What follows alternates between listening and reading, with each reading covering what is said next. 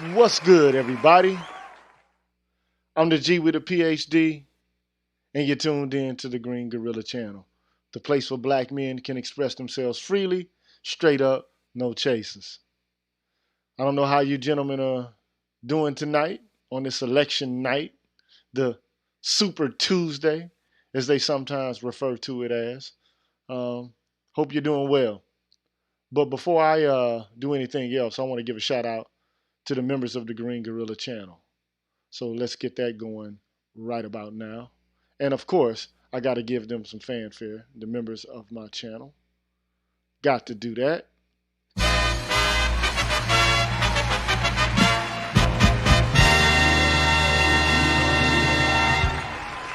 That's right. Got to give them a shout out. Got to give a shout out to Isa Abdul Sahir, Anthony Taylor, Camp Low. Hold on, for some reason my computer is tripping and not pulling up everybody on my members list. That will never do. So now everything is coming up as it should. Sorry for that delay.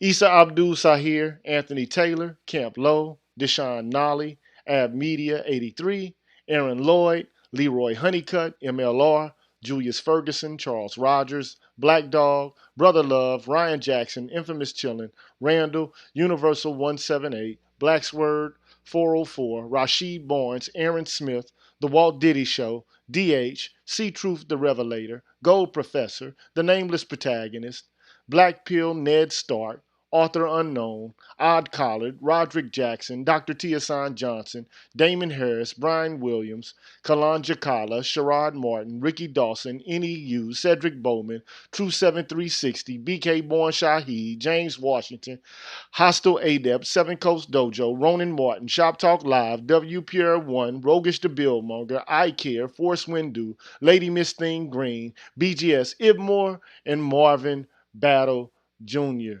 Thank you so much for being members of the Green Gorilla channel. I appreciate that.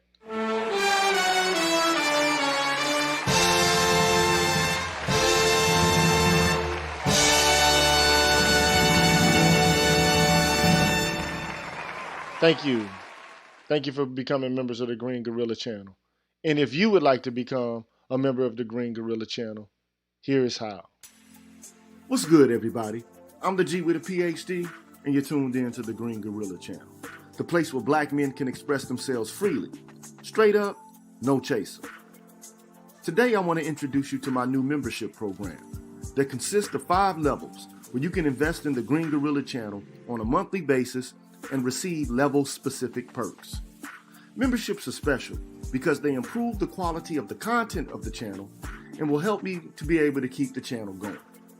Now, to participate in the Green Gorilla channel membership program, all you have to do is hit the join button, which is located right next to the subscribe button on my channel page.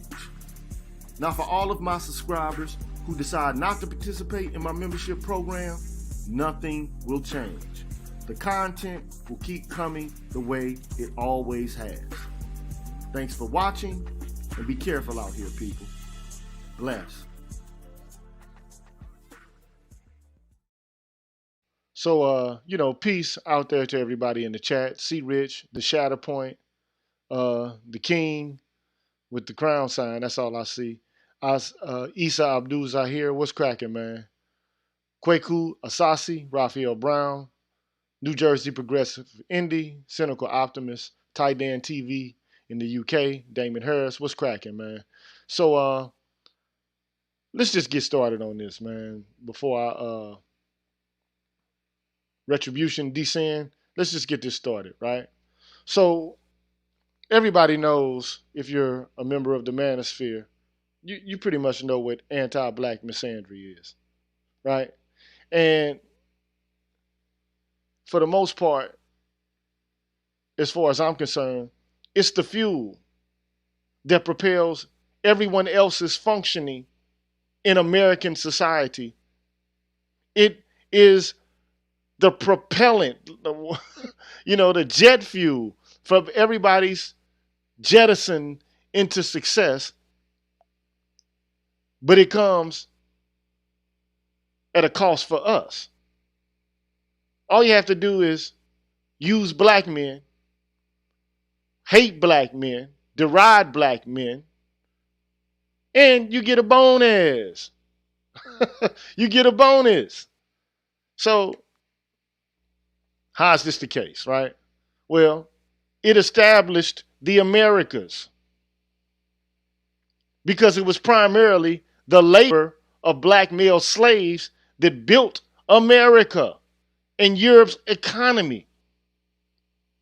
Yeah, that's right.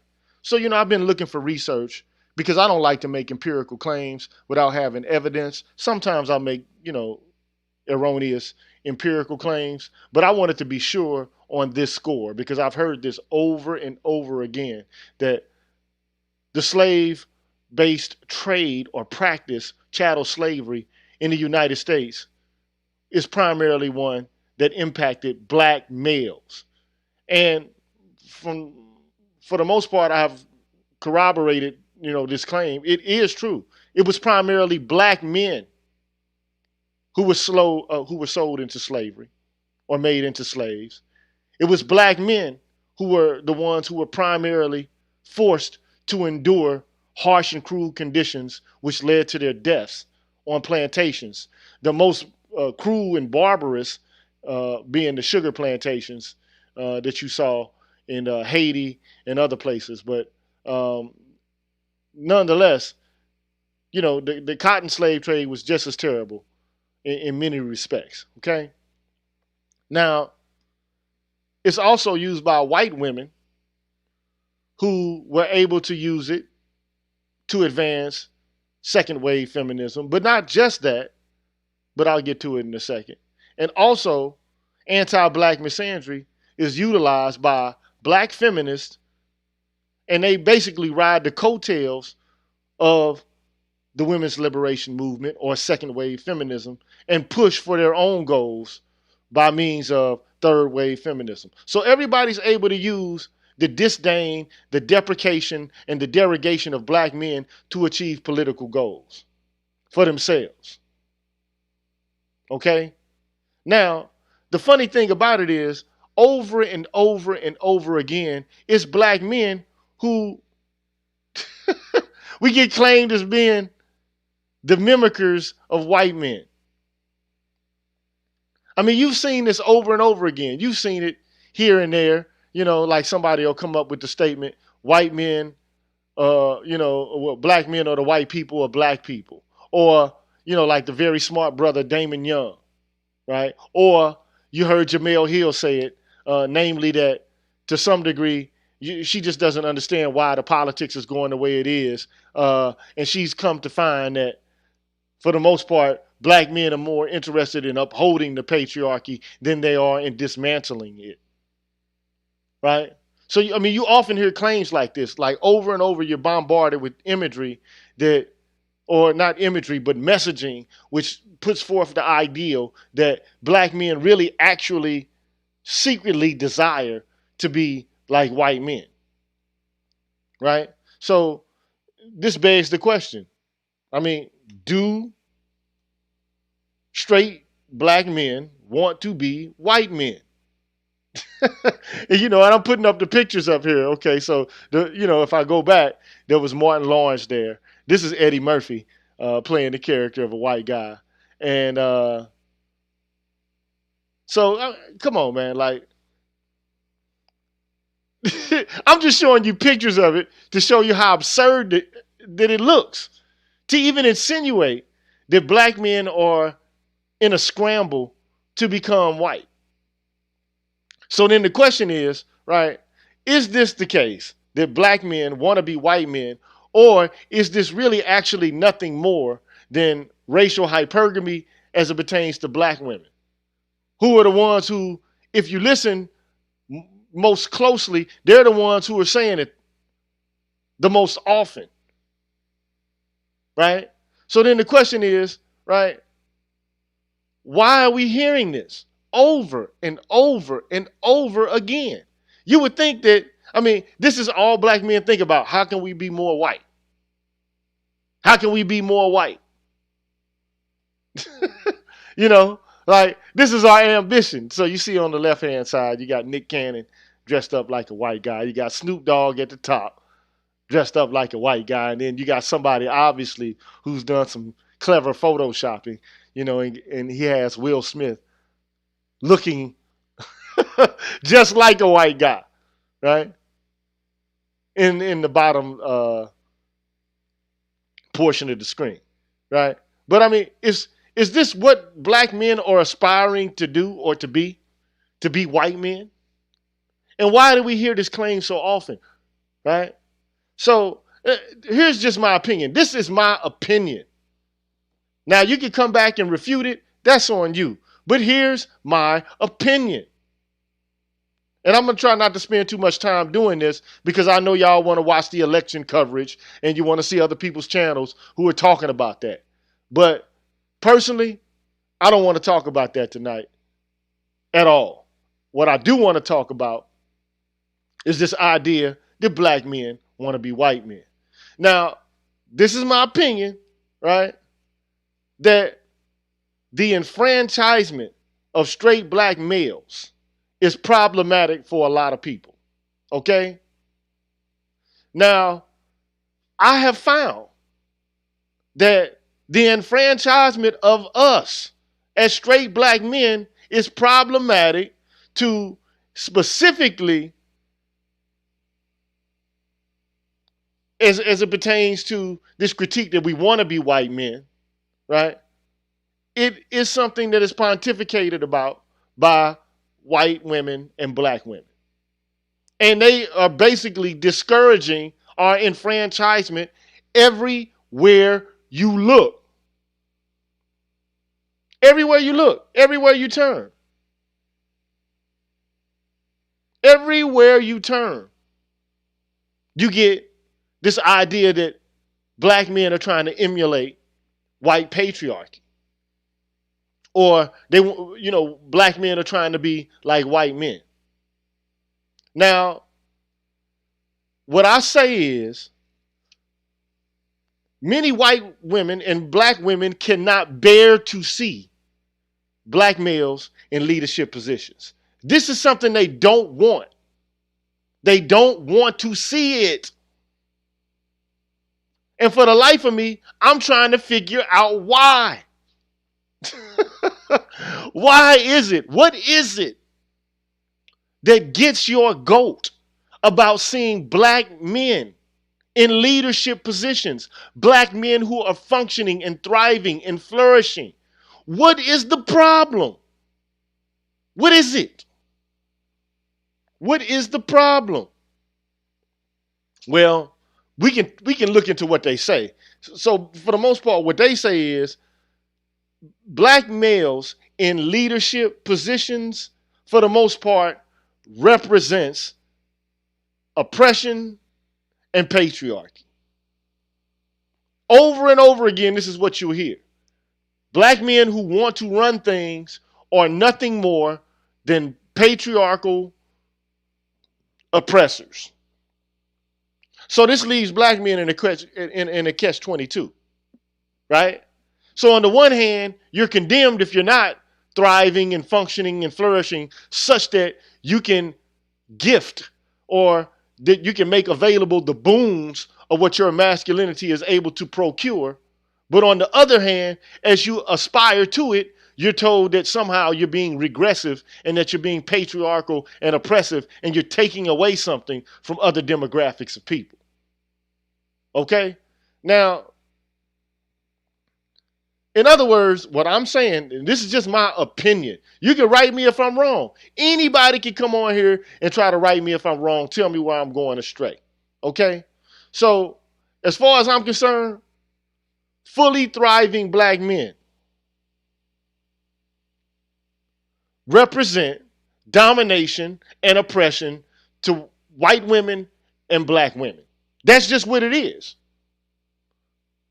Fully thriving and functioning black men who are independent, how they claim they want to be, who have minds of their own, have interests of their own, have ideals of their own, they're anathema to these people. Don't like it at all. So Fully thriving black men represent oppression and domination to white and black women. Okay? Also, functional heterosexual black men represent homophobia and heteronormativity to LGBTQ people, whether they white or black or Latino or whatever kind of race they are or whatever kind of ethnicity they are, right? And the other funny thing about the LGBTQ community, especially black LGBTQ people who are males, and this is funny, man, because LGBTQ black men objectify straight black men and want to fuck them, but they don't want to empower them. And then also what's kind of weird about this to me is that LGBTQ black men are, after all, black men. Not all of them are effeminate. So this just, mostly though, the effeminate LGBTQ black men are the ones who make these kind of arguments. That black men want to be patriarchal and that black men, are oppressive, right? So what they end up doing is they end up teaming up with women, right, who basically deprecate them because they're included in the class of black men. But I guess they try to distance themselves from black men through their gayness, their queerness, whatever the case may be. But anyway, they team up with the very people who deprecate them and accuse them of wanting to be white. So I'm asking the gay black men, where the fuck are you at? Because this shit applies to you too. But I guess it doesn't apply to you. The more effeminate you are, the less patriarchal you are, and the less oppressive you are. Because then you're opening up the lane, I guess, for black women to lead. I guess that's what it means. I guess. Okay? So here's the thing. And I want you to pay attention to the graphic, right? So I don't know if you know who this woman is, but her name is Audre Lorde. Okay? And she must have been teaching a class. This is a popular picture. Okay? You'll see it everywhere. All you got to do is look at Audre Lorde and you'll see it. And she has a chalkboard in this picture, right? And on the chalkboard is written, "Women are powerful and dangerous." Women are powerful and dangerous. In my viewpoint, black women are encouraged. This whole paradigm, this picture, this graphic that you see, it's encouraging women to grasp for power. It's saying you do have power and you are dangerous. But these very same adjectives, when applied to men, are demerits. They are things to be looked down upon as it pertains to black men. So it just seems to me that agency, power, dangerousness, it's allowable for black women, especially lesbian black women who are feminists. It's okay for them to be dangerous and powerful, but it's not okay for black men to be dangerous and powerful. We have to be powerless and, I guess, non-threatening. I guess that's what a virtue for a black man is. Being a fucking limp ass noodle who lays down and flaps like the fucking flag in the wind. That's what is being encouraged for black men. No power, no danger. Because, the scary boogeyman black man, makes the world just a little bit less safe for every goddamn body. So everybody else can be as dangerous as they need to be or want to be, but when it comes to us, oh my God, can't be dangerous, can't be powerful. So the funny thing about it though is, while everybody else is being encouraged to be powerful and dangerous, black men are told that they actually want to be white men when they actually want to be powerful and dangerous, or if they want power and influence. So you're not trying to be a white man when you're trying to be powerful and dangerous, but a black man, the default position is he wants to be a white man if he wants to be powerful and dangerous.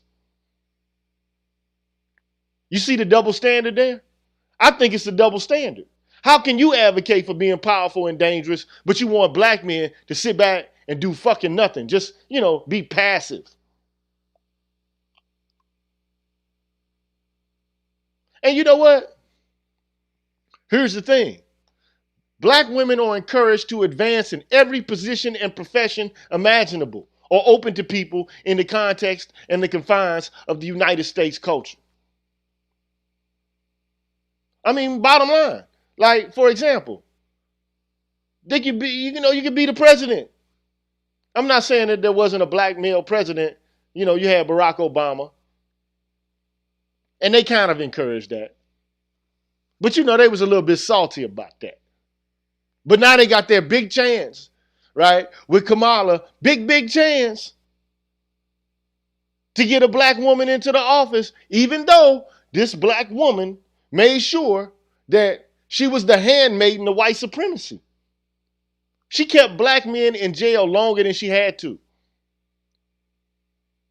Black men who committed nonviolent crimes. She took black women and put them in jail for truancy because their children didn't come to school. Because she's the big mama on the bench.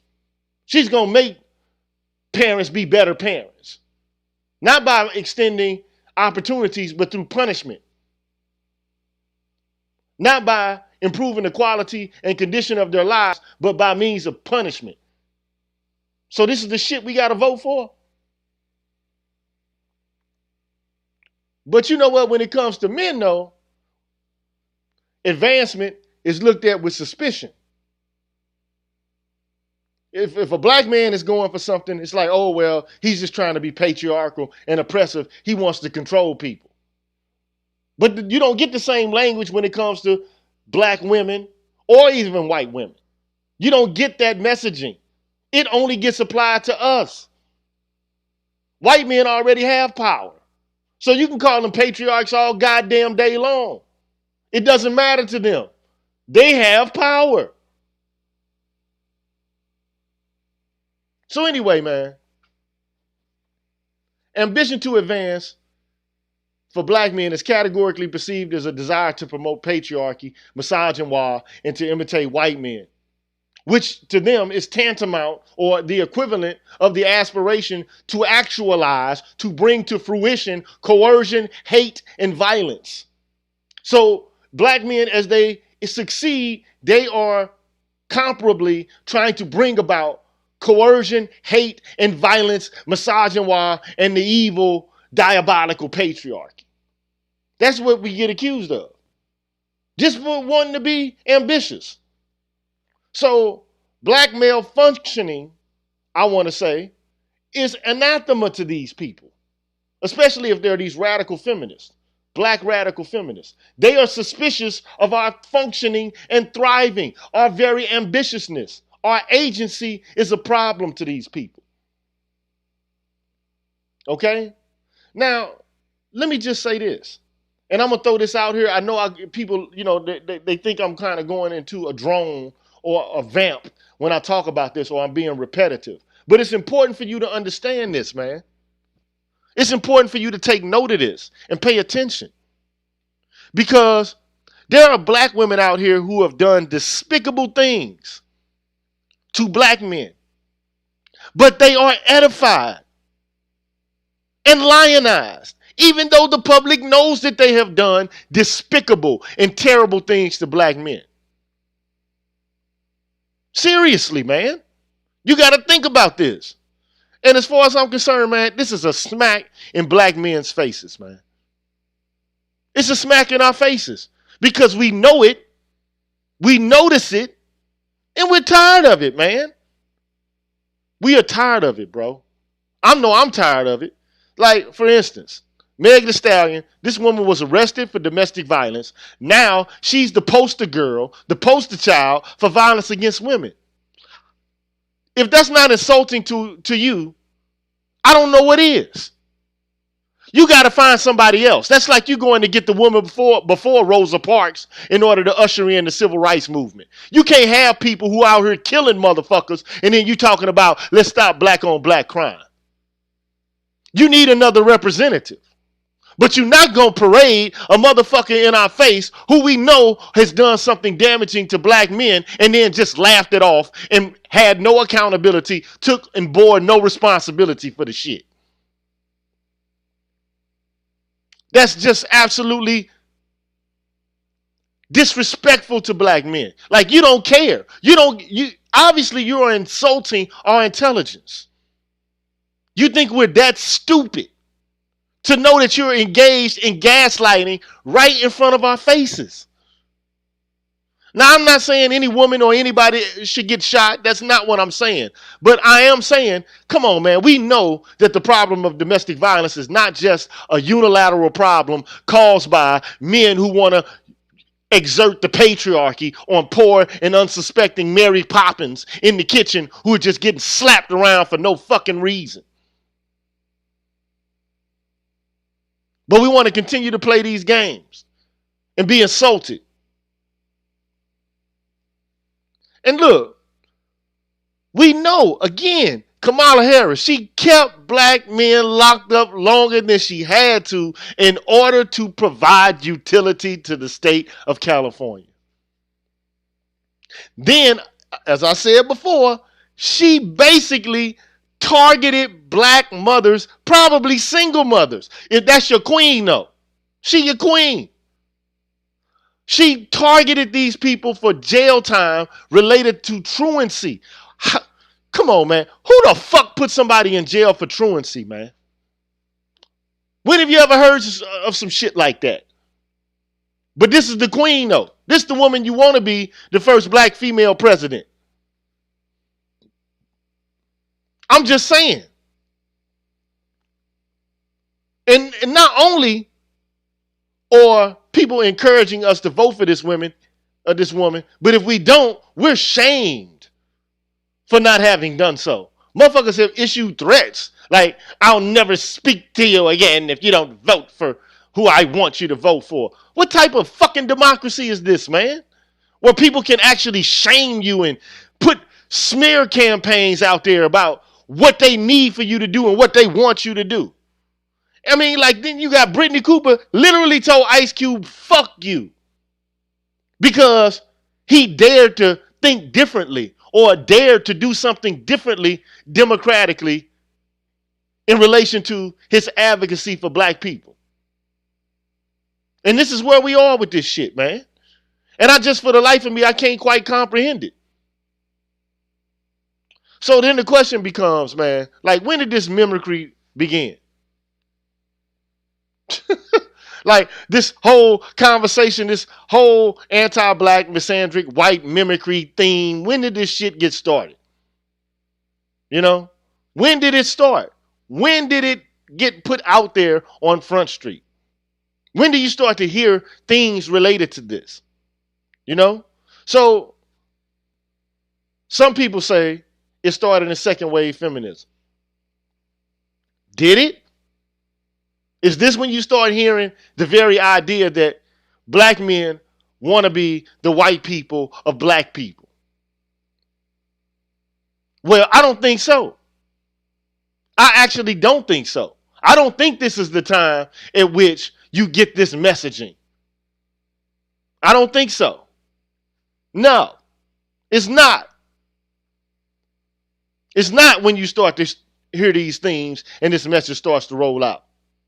To be perfectly honest, where it started with the suffragette movement. We're talking about directly after the Civil War and even before the abolition of slavery is when you start to hear this argument. Many black and white women, they just kicked down and said, look, giving black men social benefits, especially the franchise to vote, without giving it to all women is unjust. And if black men take it, they're unfair.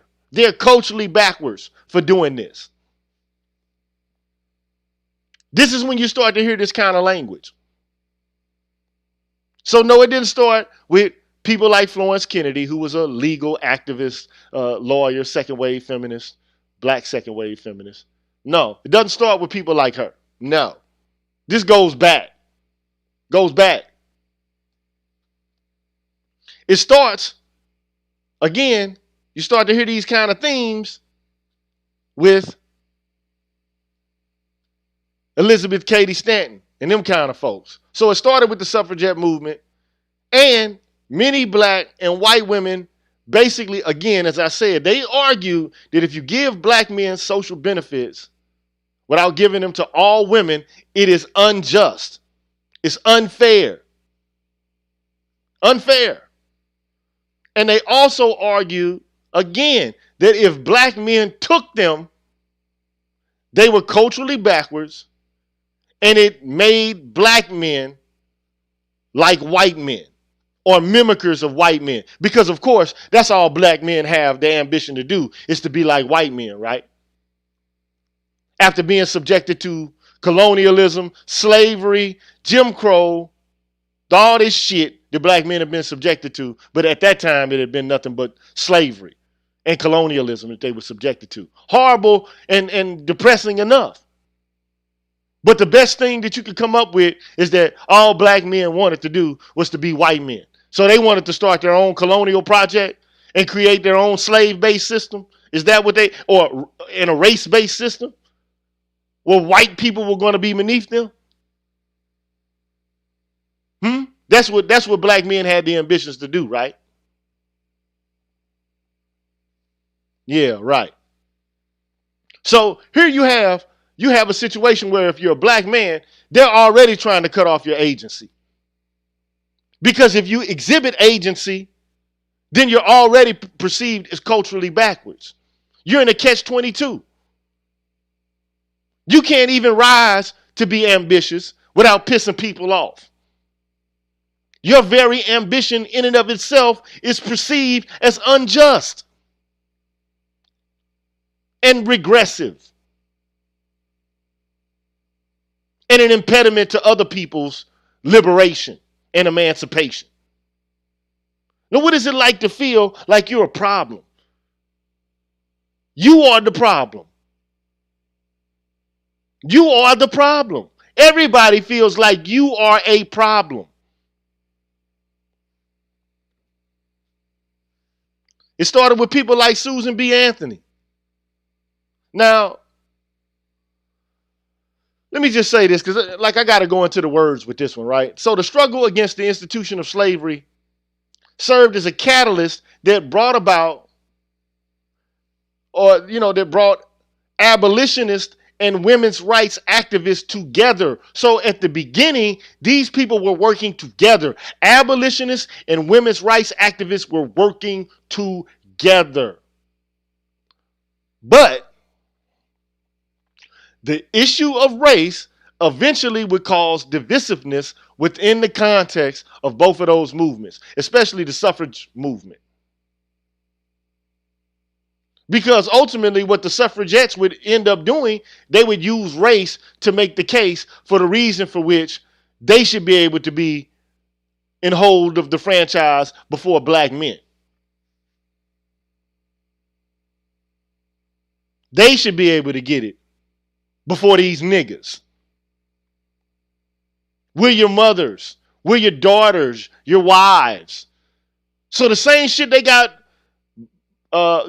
black women are doing to black men now. This is what these women, these guilt trip and shaming they was trying to lay on white men back then to not give niggers the vote. Because God forbid you have these monkeys ruling over us. So anyway, after the Civil War, the abolition and the women's rights movement continued to work together, right? But now they had this organization, a combined organization called the American Equal Rights Association, okay? It was established the year after black people were emancipated, 1866.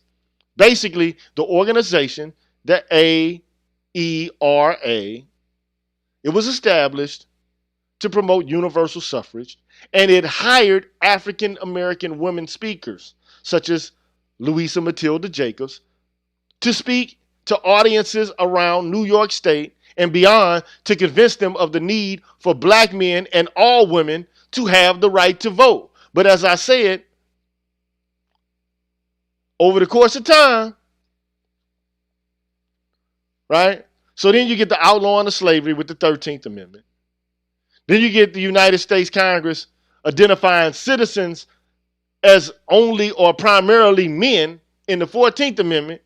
And then you get the enfranchisement of African American men with the 15th Amendment, which did exclude women, white and black.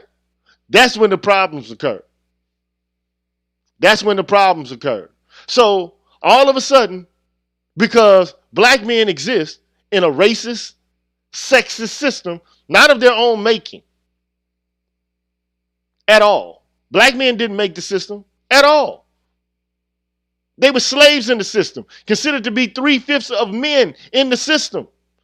The primary beast of burden within the confines of the system itself. Because most of the men, most of the slaves were men. Expendable, disposable, fungible. So then all these problems occur when men who are black finally are able to exist on an equal footing to that of white men. But you know there was no equal footing. And you know black men weren't trying to institute a plan where they could just oppress and dominate and control and manipulate other people. Black men have been exposed to a series of checks. What I mean by that, I don't know if you've ever played the game of chess, but can you imagine every time you make a move, check. And then you think you got a clever move to get out of check and to stop checkmate, but then you move, as soon as you do it, bam, there's another check. Damn. So you're moving again, trying to find a way to get out of check. You make the move, then again, check again. That's the kind of position that black men find themselves in the United States of America. But finding a way to get out of check and trying to find a way to turn the tide on the board for us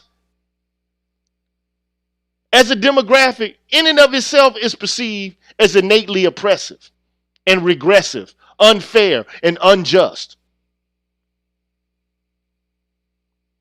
You want to ask where this whole sentiment of black men want to be white men, where did it come from? Right? You want to know where it came from? This is a picture of Charlotte E. Ray. Okay?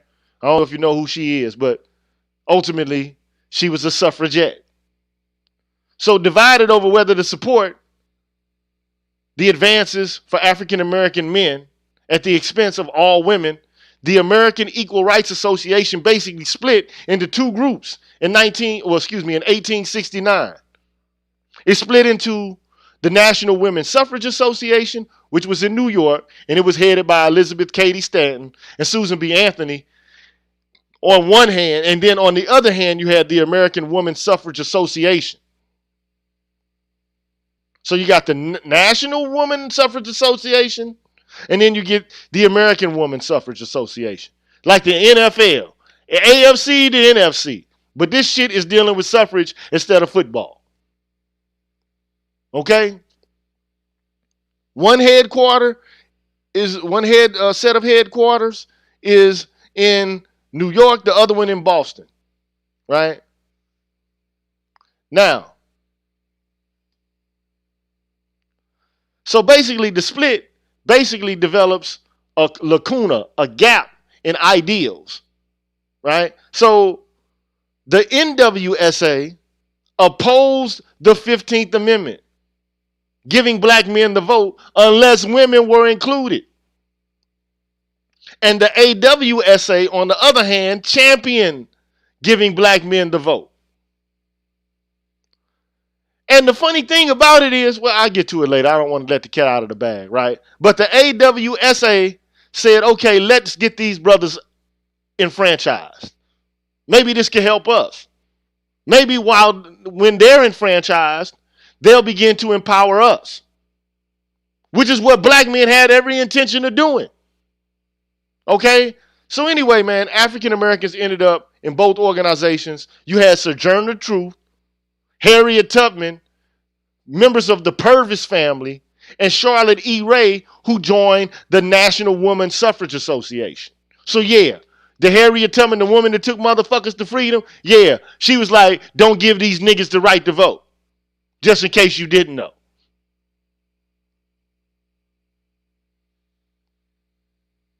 Then you had,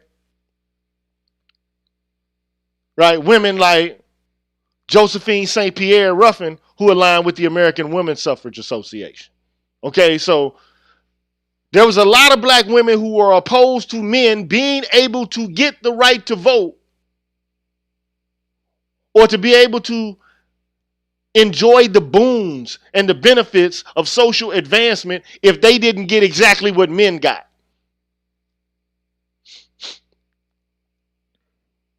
So in other words, if I can't have the shit, you can't either. If I can't have it, can't nobody have it. That's the kind of mentality motherfuckers are dealing with. I'm keeping it honest. Like, and I don't have time for respectability politics. If you don't like to hear this shit the way I'm putting it out there, get the fuck on down the line. I'm not here to fucking be professorial. I'm here to kick the truth to the young black youth. You can hear it if you want to, you don't. So these are the NWSA women, National Women's Suffrage Association women, right? You got Harriet Purvis, Harriet Tubman, Charlotte E. Ray, right? So these women did not want black men to have the right to vote if black women or white women didn't have it also. These are just the facts. So this is why you hear this kind of argument to this day that black men are ambitious in relation to trying to be like white men. Because somehow they're trying to hold black women back or white women back so they can control them like white men did. And you don't think I'm being honest and truthful about this, just listen to the words that they say. Or at least listen to the word of the woman who's quoted the most. We're talking about Sojourner Truth. Okay? Now, this is what she says now. These are her words. If the first woman God ever made was strong enough to turn the world upside down all alone, these women together ought to be able to turn it back. Now, you know she's talking about white women, man. Come on. These women, she talking about white women. Okay? These women together ought to be able to turn it back and to get it right side up again. And now they is asking to do it. The men better let them.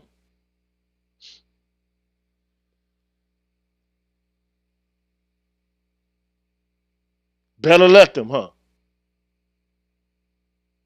Better let them. Better let them. These ain't my words. This is Sojourner Truth words. Now, this is the question. This is the question that pops up in my mind. How can a woman who's a former slave took a white man to court and won? Why would this woman want to thwart the advancement of black men and aid the advancement of white women who own slaves, advanced white supremacy, and advocated for segregation? Why? What would be the reason that she would do this? Explain it. I'm having a difficult time understanding this shit. So you mean to tell me you got more interest along the lines of some women who used to be your fucking owners and shit? And look, a lot of people like to say, well, you know, most people didn't own slaves. Man, in some cities, man, in some states, damn near 40% of the population own fucking slaves, man. We ain't talking about a small number of people, man. We talking about a large number of people. Like having a car. How many motherfuckers got cars now? Having a slave is like having a nice car.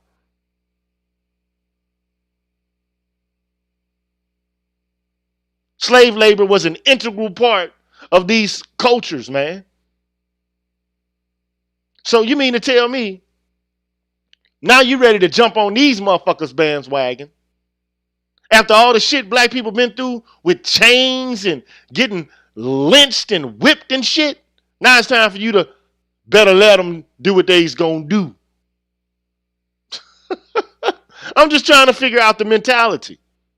Because I don't quite get it. I just don't understand it. Because I know that most black men, or they consider themselves to be under a series of checks. Everywhere they look, they're being checked. Check, check, check. You put in check, and you're trying to get out of it. And everywhere you turn when you're about to get a fucking break, it's somebody telling you, you're the fucking problem. And you better do this. You better do that. You better. What you mean I better do something? I better? That's a fucking, that's a goddamn imperative, that a categorical imperative that you're telling people that they have to do something. But then you saying, hold on, wait a minute. We ain't control. We're controlling?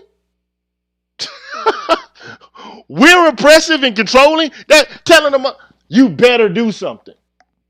If you don't do what I say, you'll regret it. You hear black men saying shit like that? If you don't do what we say, you're going to regret it. I'll never talk to you again.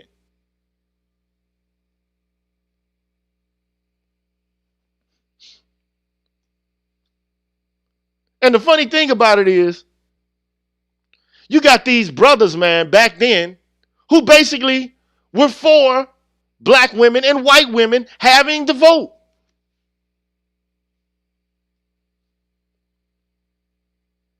Now, see, the funny thing about it is, while these white women were using these black women, as white women or want to do, they use motherfuckers. They use them. And which is exactly what they went around doing. They went around having black women speak about how women need the right to vote, but then they turned their backs on those same black women. They turned their backs on them. So basically, superficially, these suffragists, these white suffragists, appeared to be friendly to the black women, but the movement then began to utilize racism and xenophobia as a strategy in order to gain a foothold so that they could get their own enfranchisement off and running. That's what ended up happening. Now, W.E.B. Du Bois, basically, he was a civil rights activist. Everybody knows who he is, and he was a supporter of women's rights. He basically said, man, look, the tactics y'all are using, they're non-productive. This is not like, this is self-defeating. You can't gain civil rights, right, by denying them to others. And black men are not even in a position to give or to take away anything from anybody. That's the funny thing about it. This is just, it's crazy to me. I just don't quite get it. I just don't quite get it. But I do get it. You know what this shit is about? It's about envy, man. This shit is about envy, bro.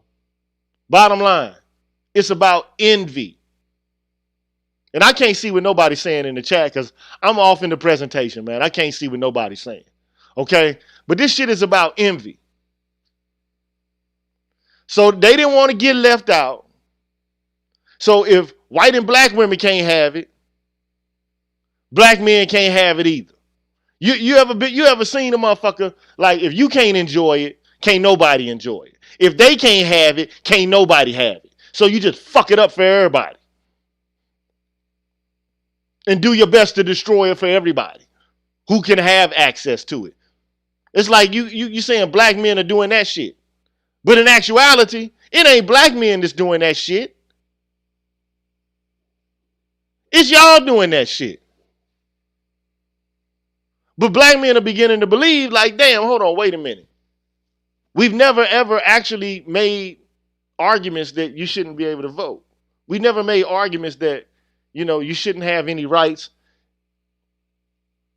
We're actually advocating, like Frederick Douglass, W.E.B. Du Bois, and various other men who are like, look, we need to get women empowered. Their empowerment spells our empowerment. But as soon as black men get a leg up, Then you get a whole group of women like, no, you can't do that. No, no, no, no.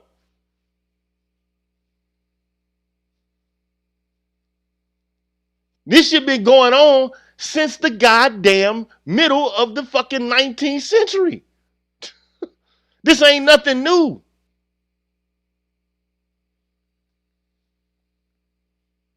So anyway, man, the response to black male advancement to me is hyperbole, man. It's an exaggeration. Here's what Sojourner Truth says. There's a great stir about colored men getting their rights, but not a word about the colored woman. Which is a fucking lie, because black men like Frederick Douglass and W.E.B. Du Bois were the major proponents of trying to make sure that everybody got the rights. So now there's a great stir about colored men getting their rights, but not a word about the colored women. And if colored men get their rights and not colored women theirs, you see the colored men will be masters over the women, and it will be just as bad as it was before. What you mean it's going to be bad as it was before? You mean black men going to turn black women into fucking slaves? That's what you mean? This is the kind of shit that confuses me. Like, what is she talking about? I don't get it. I'm just trying. Educate me on it, because I don't understand it. It wasn't as if everybody came into this country with the right to vote anyway. Even white men weren't able to vote initially in the context of the American project. Only white rich men were able to vote. Property owning white men were able to vote. Then eventually all white men were extended the opportunity and the right to vote.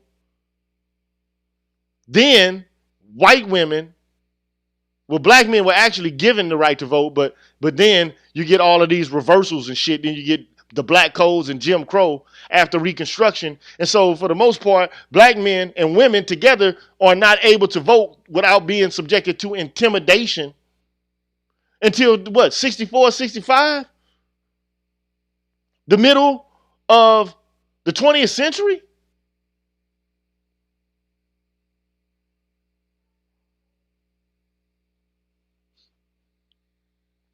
So look, let me just say this. And I don't want to be on this all night, man. I'm already damn near an hour into it. I ain't even expect to go this long.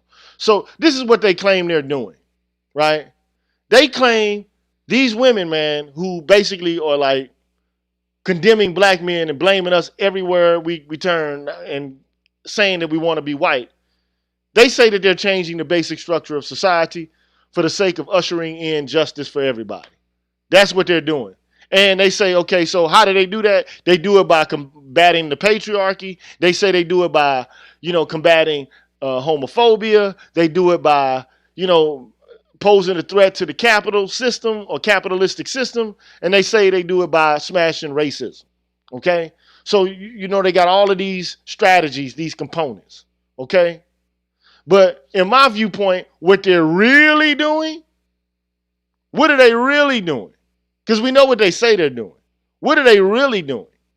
Now, I say before you even can get to understand what they're really doing, I want to turn you on to a concept. That man right there, his name is John Rawls. He's one of the most preeminent philosophical, political philosophers of the 20th century. All right? So you don't understand political theory in the United States at the collegiate or the academic level without having some sort of understanding of John Rawls. You just don't. Trust me when I say that shit. Go look up John Rawls and you'll find that most of the time when people talk about justice or fairness or equality, they use him in order to do it. Okay? So what they say they're doing is they're fighting the patriarchy, they're fighting capitalism, racism, and homophobia. But what are they really doing?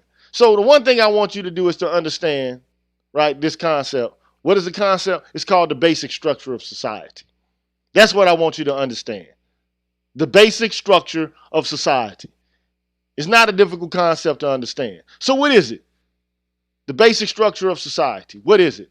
Basically, a society's basic structure is the network or systems of institutions taken as a whole and in dynamic relation to one another that forms the institutional background within which individuals and associations interact with one another. We're talking about the basic structure of the society. It is, again, I'll repeat it, a network, a system of institutions taken as a whole and in dynamic relation to one another that forms the institutional background within which individuals and associations interact with one another. It includes political and legal structures, economic systems, civil society, the family, and so on. It is the total institutional structure of a society as an ongoing cooperative venture carried out by a particular people. Now I got pictures of things that America represents. Coca-Cola. Little young pop teen star. Barack Obama, McDonald's, American Idol. American consumerism is America. Capitalism is America. Football is America. Entertainment shows and shit. Cable television. Netflix. That shit is, that's America, man. Going to the mall, America. Democrats and Republicans, America.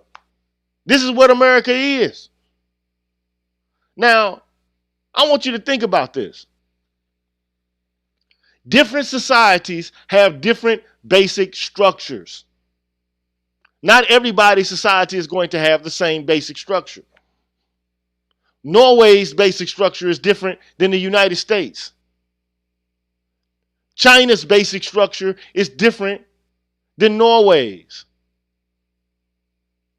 China's is different than Nigeria's. And so on and so forth. Different countries have different basic structures. And they have different institutions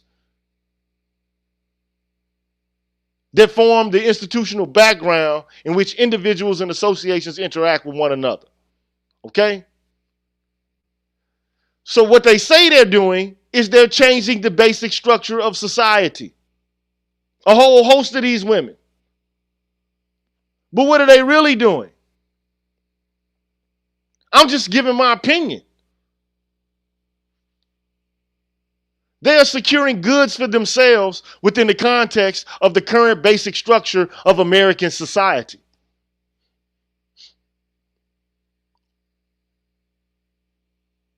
This is what they're doing. I don't see a radical shift in the basic structure of the society in which we live. There's nothing really actually changing. In other words, they claim to be changing it, but they're merely securing positions and goods for themselves within the current structure. They're not changing the basic structure of society at all. Period. Then the funny thing is they ridicule black men for seeking to advance themselves within the prevailing structure. How the fuck can you do that when that's all you're doing to begin with? You're not changing the basic structure in the society in which we live.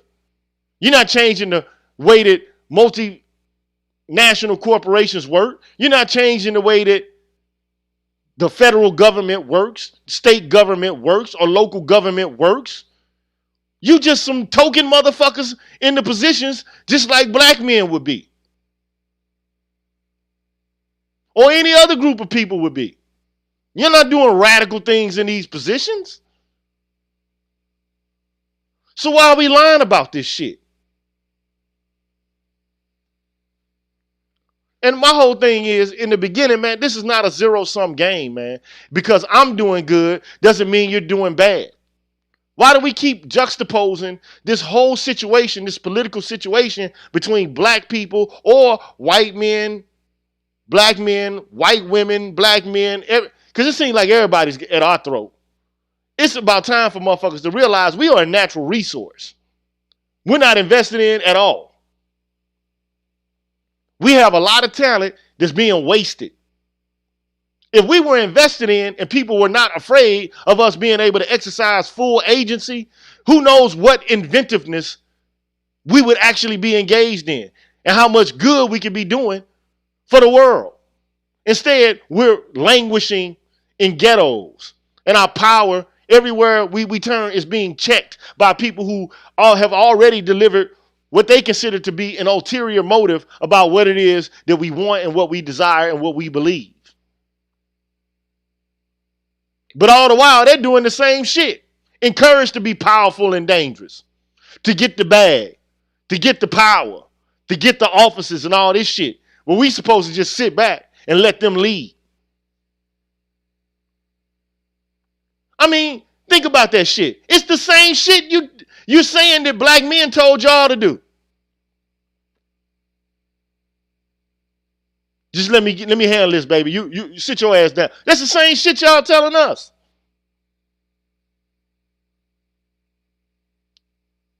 If it didn't work for y'all, why the fuck you think it's supposed to work for us? And first of all, I don't really actually believe black men were on that shit. You might have had some, but I don't think most black men were on that bullshit. So while you got a whole bunch of black women succeeding in the entertainment industry and politics, you got colors here, Ava DuVernay, and this other woman who has a deal with Warner Brothers. They're being included in the media and a whole host of other industries. Now, black men are there. We need to see more black men there. And they need to be able to tell their stories from their perspectives. Because it's not just a univocal or a monolithic perspective to be projected by members of the black community. It's a whole host of damn different perspectives. Everybody else can be dynamic, don't have to be monolithic, except for us.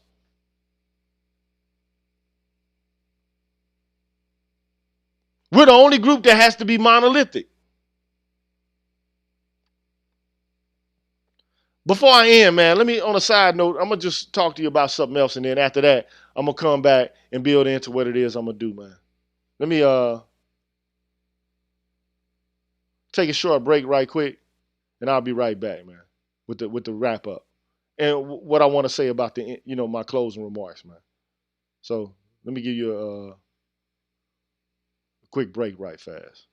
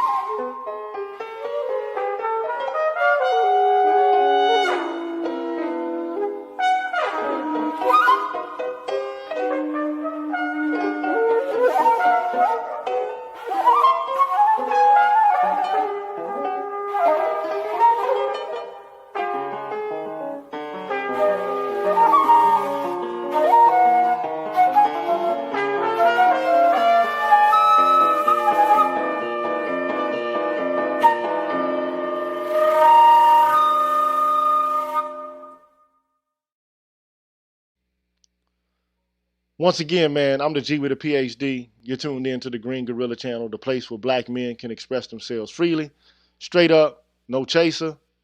And let me just say this, man. Before I get started again, man, look, I'm out here working hard, man. It takes time for me to put together these presentations, man. If you want to see content like this, man, please contribute to the channel. I'm not going to beg you motherfuckers for no cash, though. I'm not about to do all that. But if you appreciate the content, man, please make a donation to the channel. But having said that, man, look, I'm not an advocate. Like, to be perfectly honest, in an ideal world, there wouldn't be a need for me to even talk about race or issues between the sexes.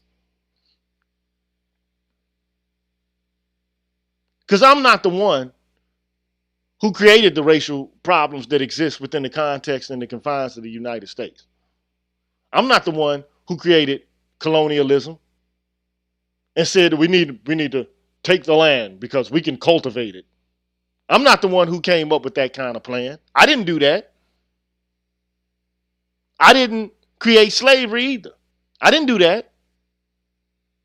I didn't create the system of segregation. I did not do that. I didn't say that, okay, well, those people are 3/5 of human beings. They are not going to be endowed with the right to vote. I didn't do that. I didn't create the black codes. I didn't create Jim Crow, separate water fountains. I didn't create none of that shit. So you go ask Jesus, why the fuck did that occur? You go ask Jesus that shit. You go ask him that. Because I didn't create that. I didn't create that. I didn't establish that. I didn't set that shit up. I'm not the one who did that. I'm not the one who created that. Now, I'm just going to be honest, man. This is where you hear straight up no chaser, man. This is not where you come. This is not where you come to hear niceties and to hear all of this eloquent language. I'm not here for that, man. I'm here to kick the truth, man, and to keep it how it is, how I feel, and how I think.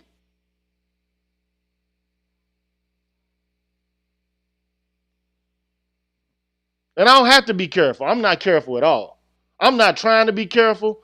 I have no desire to be careful. Because you know what I think? I think black people are too fucking careful, especially black men. We're too goddamn careful.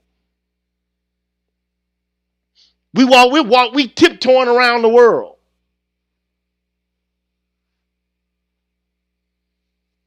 All we doing is tiptoeing around the world. Everybody, is scapegoating and talking about us and saying how deprecating, how evil and sinister we are. And all we doing is wondering, scratching our heads, what the hell, like, what the fuck did we do? The last time I checked, most black men were in favor of black women being able to have the same kind of rights that black men did. That black women were able to participate in the movements that we created. And that the white women saw how much involvement black women had in these movements and were jealous.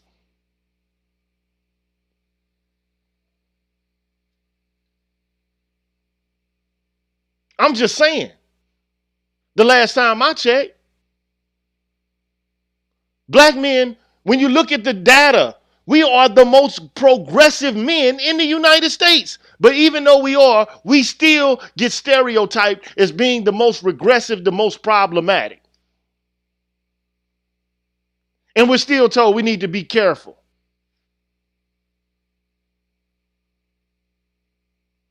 We got to be careful.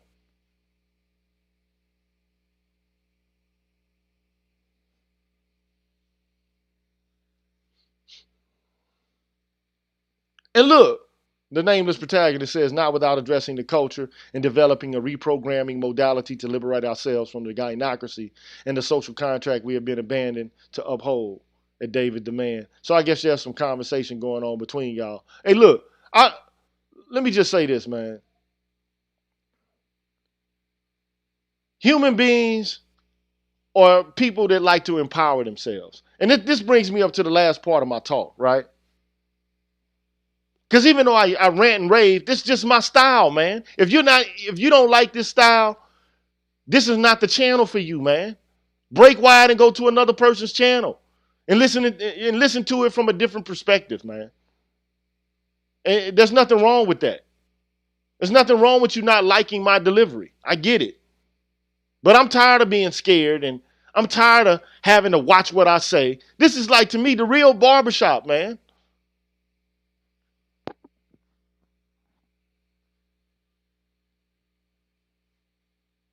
But let me get into what I'm really trying to talk about, man. What I really want to say. Okay? So when you talk about black men, all black men want is the opportunity to self-develop. They want to be virtuous, man. They want to be able to develop excellence. Just like any other group of people do, man. This is all we want to do, man. We don't want to control people. I've never heard black men say, we need to get our shit together so we can get this colonialism going. So we can get this slavery jumping off. I've never even heard black men come together and talk about how we can get together, group together, and enslave people. I've never heard that, man. Never heard black men say that.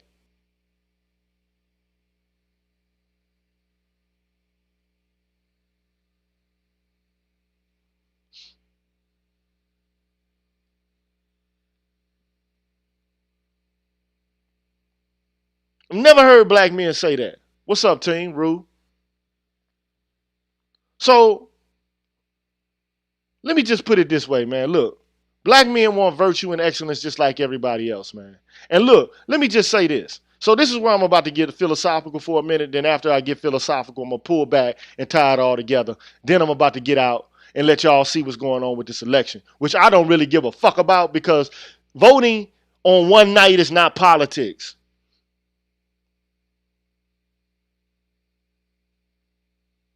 That's not politics, man.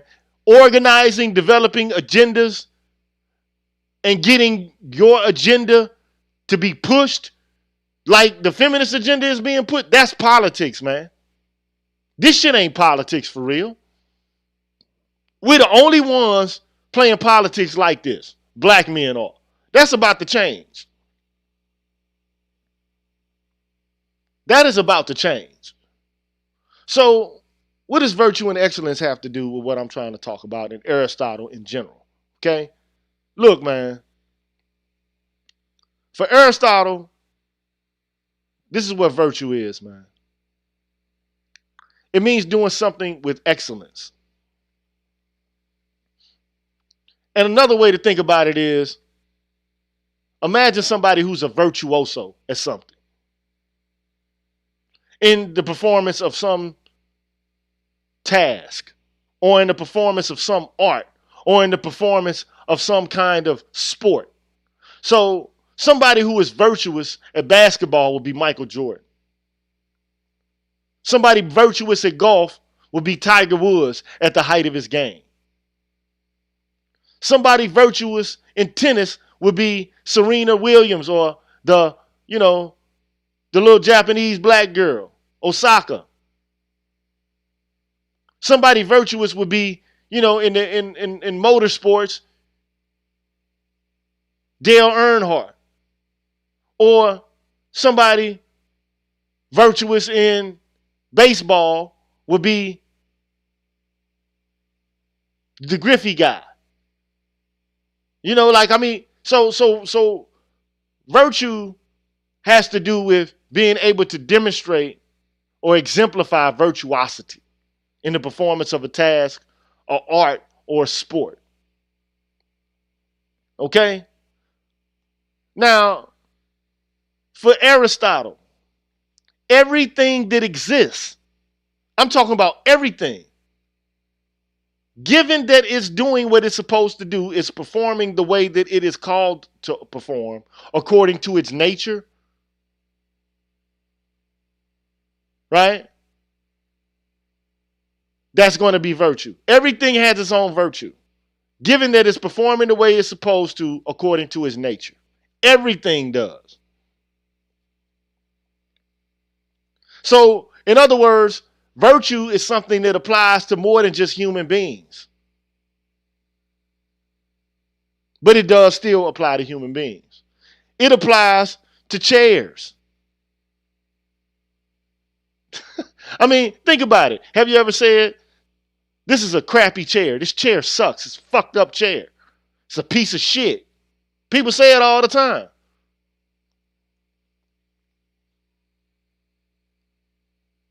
Even animals. Was that a cheetah?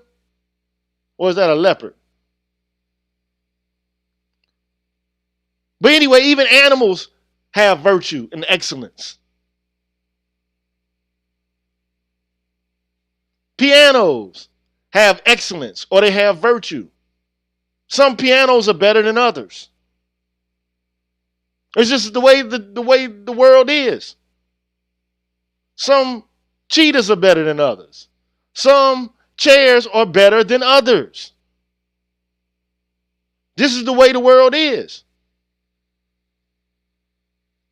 Some computers are better than others. I don't know what kind of computer you use. You might use a PC. I prefer Macs. I think they're better. That's just me. That's just my opinion, right? Now, virtue and excellence is connected to things doing what they ought to be doing related to their nature. Now, this has to do with teleology. It's called the study of purposes, or the concept of purposes, or the concept of ends.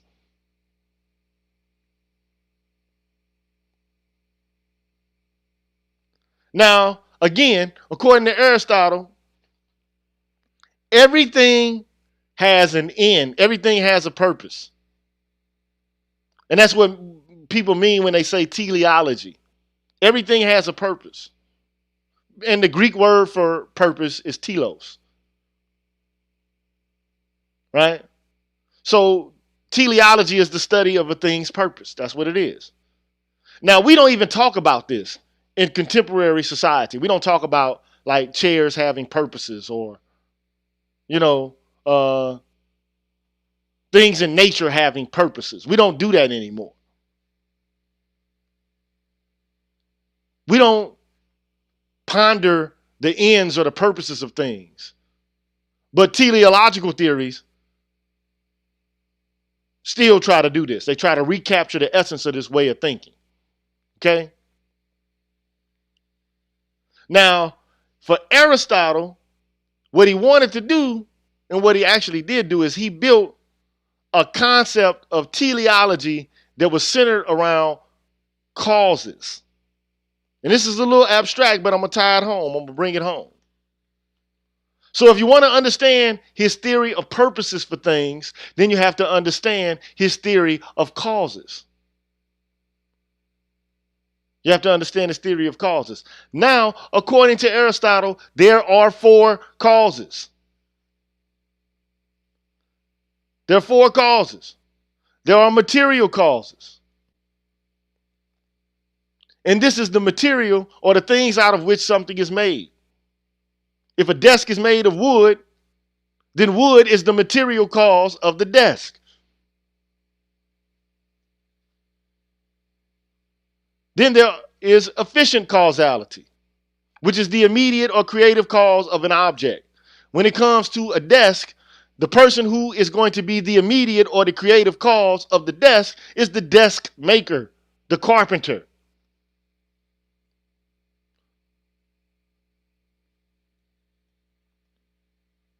There are also formal causes, which is the way the thing is arranged, which is the potential, when it comes to a living thing, to fulfilling the end of a living thing of its kind, right? So I'll come back to that. It's a little abstract, a little difficult for people to comprehend, but ultimately what it means is the form of a thing, or the formal cause of a thing, is the way that it's arranged. Wood can be arranged not only in the form of a desk, it could be a door, it could be a chair, a table. So right now I'm just talking about things that are made out of wood. In particular, I'm talking about a desk. Okay?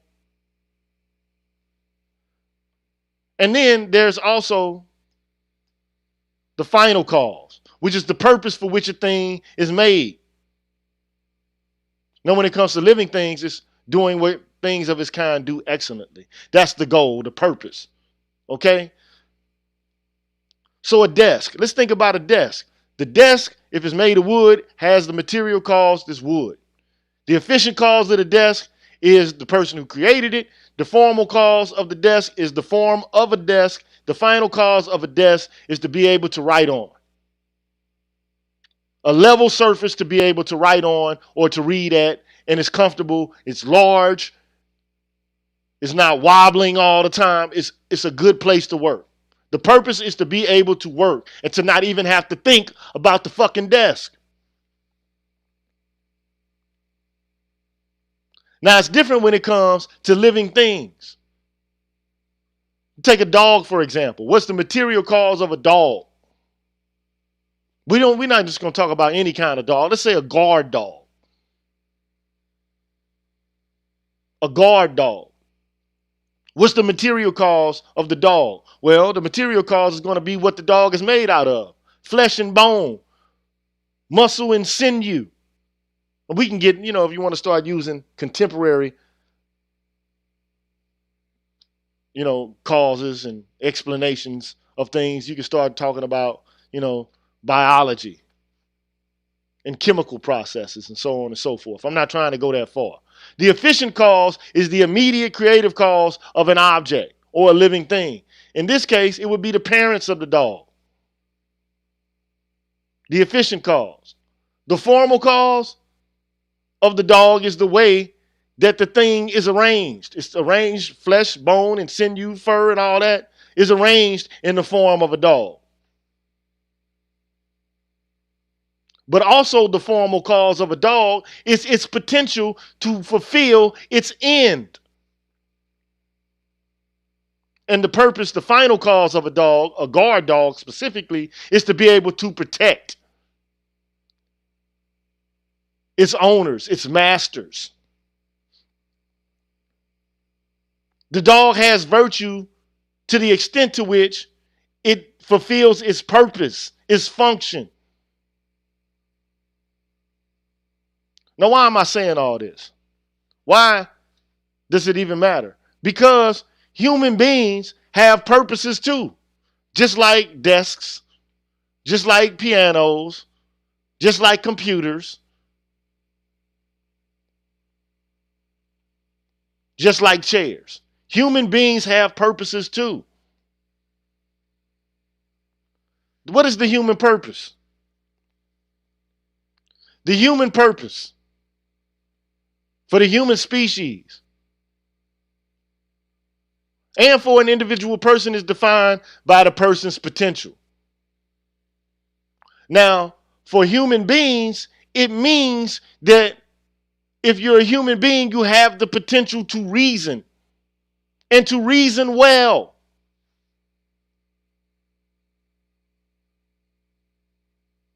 To reason well. Now, it's funny, it's not just reason in the confines or in the narrow thinking that we use related to reason as if it's just nothing but logical thinking or the ability to think linearly. That's not just it.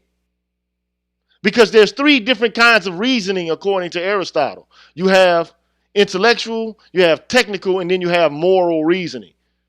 So you got techne, episteme, and you have phronesis. Techne is technical knowledge or reasoning. Episteme is theoretical reasoning. And then you have phronesis, which is practical wisdom, which is, the kind of wisdom that comes with experience and virtue in relation to practicing doing good things, being upright. Now, how does this hit the home? Black men want to function and thrive. We want to be or to exist in such a way that we are able to meet our potential. We want to be able to reason and reason well. We want to be able to function and flourish and thrive. Just like anybody else does. Or any other demographic or group of people. Our thriving and functioning and burgeoning and blossoming into the kind of men we're supposed to be does not or should not represent a threat to anyone. We should not have to tuck our tails. We should not have to lay down our ambition to make other people feel comfortable. We should be able to exist arrogantly, openly, and to be the kind of beings we were made to be. and fulfill the purpose for which we were created. Not to be submissive to anybody. Not to wait. Not to have to be in total agreement with any group of people predicated upon what their feelings are. We are the people who are supposed to be able to exercise our own agency and be just as free as anybody else. But some people got it fucked up. They feel like if we're free, then that's taking away somebody else's freedom. But if they're free, everybody else is going to be free by default. That's bullshit to me. We need to be able to flourish, function, and thrive just like any other group of people, and we demand it, and we're going to do it.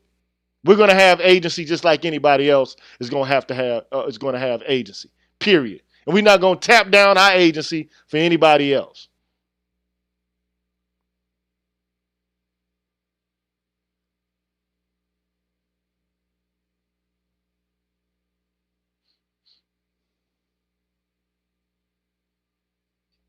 So anyway, man, that's all I got to say.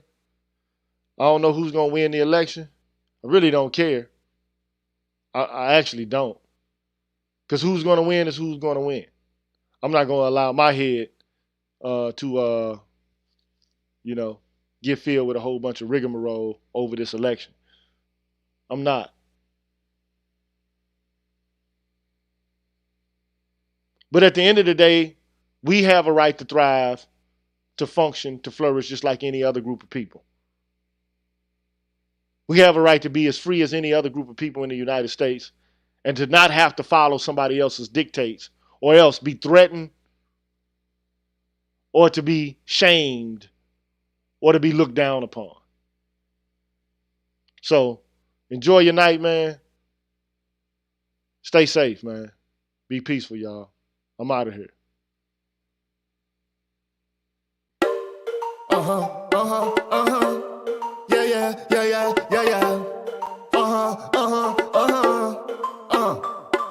I'm a phenomenon, I shine like Orion. I came in a rap gang to smack it up like Heron, transform it like Megatron. Wait, like Yamatron, most rappers are some peons. I'ma starve them like Ramadan, I'm troublesome. You don't really want no troublesome, cause I pop guns like hood chicks do bubble gum. I been dumb, gon' stay that way till kingdom come. When the sun I'm at, unleash a demon, a polygon. I'm heavy, son, got more knowledge than Farrakhan, more gang than Cap. Karma that bishop named Don Juan, stay lit off some Shandon. Maybe Bacardi Ram, stay drink to some Nordstrom. Call me that Dapper Don, more violent than Genghis Khan. The members of Taliban, niggas faker than silicon. Get hit like a .com, like soldiers in Lebanon. I'm bringing that red rum. When I get through with you, son, you gon' think I'll see rap. I carry weight like a heavyweight. Bake more cakes than patty cake. Watch the fiend salivate. You a lightweight, bantam weight. Better contemplate. If you violate, make you levitate to the pearly gates. I fascinate when I conversate from the show me state where these niggas love to hate and hot murder rate. What a waste. But this flow is just a taste of God's grace. Shining this light in the ugly place. In the prophecy, got more wisdom than Socrates. Philosophies, you don't really want no parts of me. Can't you see? I'm slicker than Mephistopheles, stronger than Hercules, more dangerous than the